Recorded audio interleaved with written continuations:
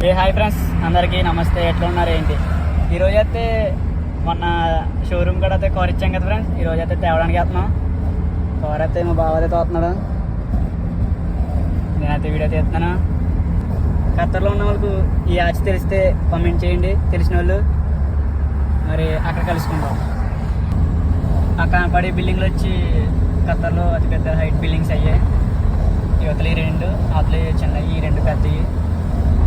షోరూమ్కి అయితే వెళ్ళిపోదాం.